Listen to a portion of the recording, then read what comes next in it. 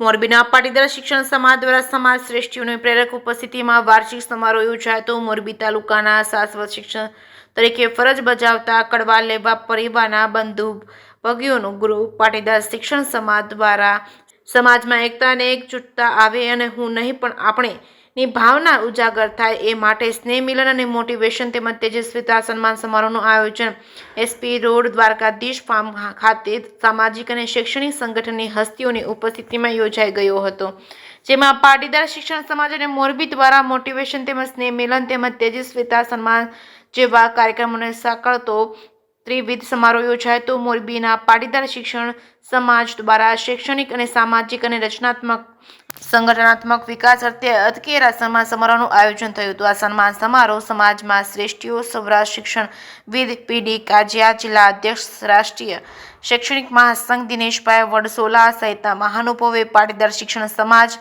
મોરબીના સભાસદોને પ્રેરણા અને પ્રોત્સાહન આપ્યું હતું। સમારોહની શુભ શરૂઆત પ્રાગટ્ય અને શ્રુતિ દ્વારા કરવામાં આવી હતી। સર્વમંચસ્થ મહાનુભાવોએ પ્રસંગને અનુરૂપ પ્રવચન આપ્યું હતું। જે કે સિંહ ગુજરાતી સાથે શ્રીકાંત પટેલ, મોરબી। આપણે એવા શુભ હેતુ સાથે મોરબી પાટીદાર શિક્ષક સમાજનું આ સંગઠન છે, એમાં આ 7મ સમારોહ છે। દર વર્ષે આ રીતે એક સંમેલન કરવામાં આવે છે, જેમાં ખાસ કરીને જે તેજસ્વી તારલાઓ હોય અને જેનાથી અન્ય વિદ્યાર્થીઓને પ્રેરણા મળે એનું સન્માન કરવામાં આવે છે। અને ખાસ કરીને જે નિવૃત્ત થતા સમાજના શિક્ષકો હોય એ શિક્ષકોની સેવાને બિરદાવવા માટે એમને આજે સન્માનિત કરીએ છીએ। આનાથી સમાજમાં એક ખૂબ સારો સંદેશ જાય અને સમાજમાં એકતા વધે અને સાથે સાથે અન્ય સંગઠનોમાં પણ શિક્ષકો કામ કરે, પોતાની સેવા બજાવે એવો એક હેતુ છે।